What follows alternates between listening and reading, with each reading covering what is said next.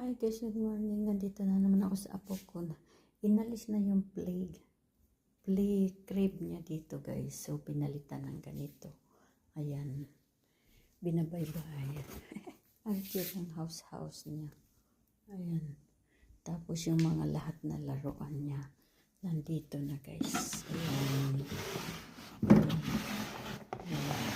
So, pag naglaro siya, kukuha at ibabalik niya. So, nandito yung book niya. Tsaka ito yung table niya.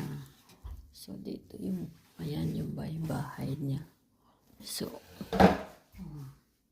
iba na ang kanilang, malaki na naman ang kanilang space. Ayan. Mga laruan niya. Dito lang guys, laruan niya lang ito. Ito yung playground niya sa taas. Ayan.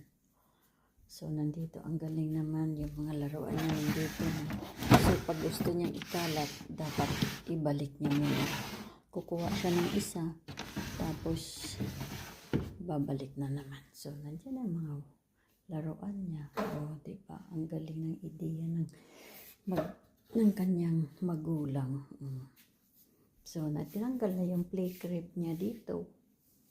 So, dito naman kami dalawa maglalaro today. Okay guys, thank you for watching.